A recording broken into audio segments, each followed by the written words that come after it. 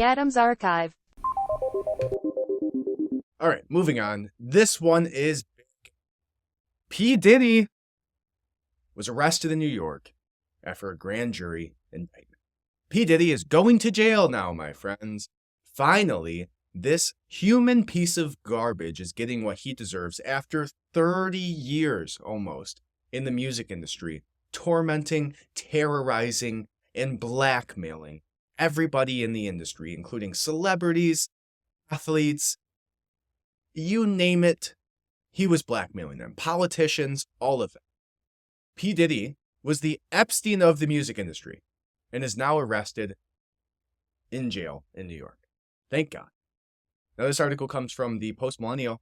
It says, Sean Diddy Combs has been arrested after a grand jury indictment in Manhattan on Monday. The New York Times who spoke with somebody who was not authorized to speak about it. What? Who spoke with somebody who was not authorized to speak about it? Okay, that's a weird statement. Said that but I'm going to speak on it. And they said, charges in the indictment were not immediately clear, a federal official said in the spring. So now if you go back, I could just riff off of this one, put this down for a second. But if you go back, if you do not remember what was happening, essentially there was a music producer named Lil Rod. And Lil Rod essentially went after P. Diddy for trying to blackmail him. He was saying that P. Diddy was he was in a room when he shot somebody, that he threatened to eat his face, that he put him in a position where Cuba Gooding Jr. was making sexual advancements on him. He then showed this Lil Rod a video of another famous producer engaging in sex acts with another man, trying to convince him and say that, hey, we're just going to do this one time so that you get used to this, because this is what the music industry is about. It happens all the time. And then he promised Lil Rod, he promised this producer that if he engaged in these sex acts, that he would then get Producer of the Year awards. Now, if you understand what Epstein was doing when he was blackmailing people, he was essentially taking them and giving them some sort of, illegal, illicit drugs, activities, access to minors, and then using that blackmail against them in the future. And this tells you exactly what is happening behind the curtain in the music industry, which is the fact that all of the hits on the radio that you hear are fake.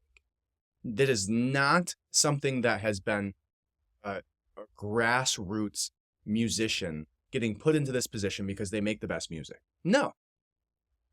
It's the same thing with the movie industry, Hollywood, right?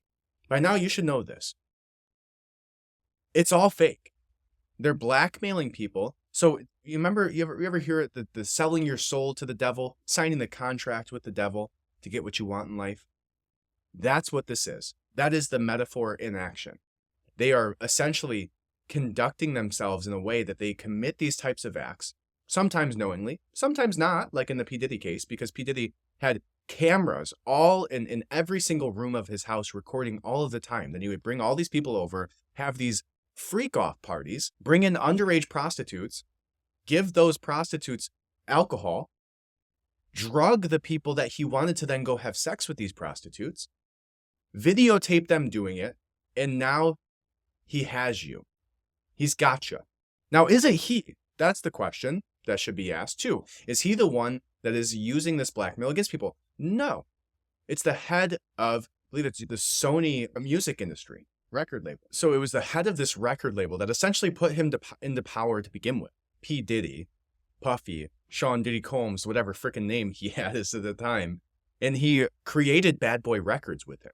He essentially put him into this position in power, embedded him into the industry, and then had him collect blackmail on these individuals. And he was the gatekeeper. He was the person who decided whether or not you passed go in the music industry. And the only way that you did that was by committing gay sex and letting them essentially videotape it, or sex with a prostitute that was underage. And that's what this court document outlines. It's like 90 pages. Now, there's all sorts of horrific other things in there. He shot his son's friend in the bathroom and watched him essentially bleed out. He beat the hell out of this woman in the middle of a hotel on camera. P. Diddy is the worst person that you can imagine. And it couldn't have happened to a better person now that he's in jail. Very happy to see this. But you have to understand that. I think that's the takeaway from all of this, is Epstein was not on his own. There was a Epstein in every major industry, whether it's finance, whether it's politics, whether it's music industry with P. Diddy, whether it's Hollywood. They're all rigged. Every single one of them has a gatekeeper. And if you do not allow yourself to be blackmailed, you will not make it in the industry. That's the way it works. Every major musician, the same record label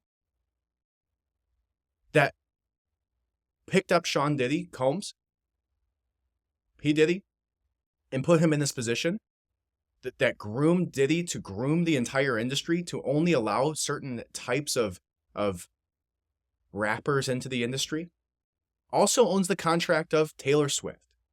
Also brought to power, and this goes back decades, Janis Joplin, Aerosmith, all of these major musicians were on this record label that was run by this single individual who had Diddy do all of this. There's a gatekeeper in every industry. That is the takeaway here. Now, what I wouldn't be surprised about is if what happened to Jeffrey Epstein very well may happen to Diddy. Diddy's probably going to get Epstein. And the reason for that is because he has all of this blackmail. And that man is going to chirp like a canary. I think the adage is saying. But he's going to chirp like a canary. I've heard him rap. He's not a very good singer. But he's going to sing like a canary as soon as he gets in there. And the very powerful people in those positions that he has blackmail on probably don't want him to do that, just like they didn't want Epstein to be able to talk about, to get out of their sentencing. That's the way it was. Now, if you recall, the person that kind of was his bodyguard was the one that was having all of this power and influence, that had associations with, I think it was the Wharton School of Business and all of these like very interesting potential 3-letter agency associations with these entities that are very closely tied to them. So, ding dong, Diddy's dead. Happy that happened. Couldn't have happened to a worse person. Very, very glad about it. Adams Archive.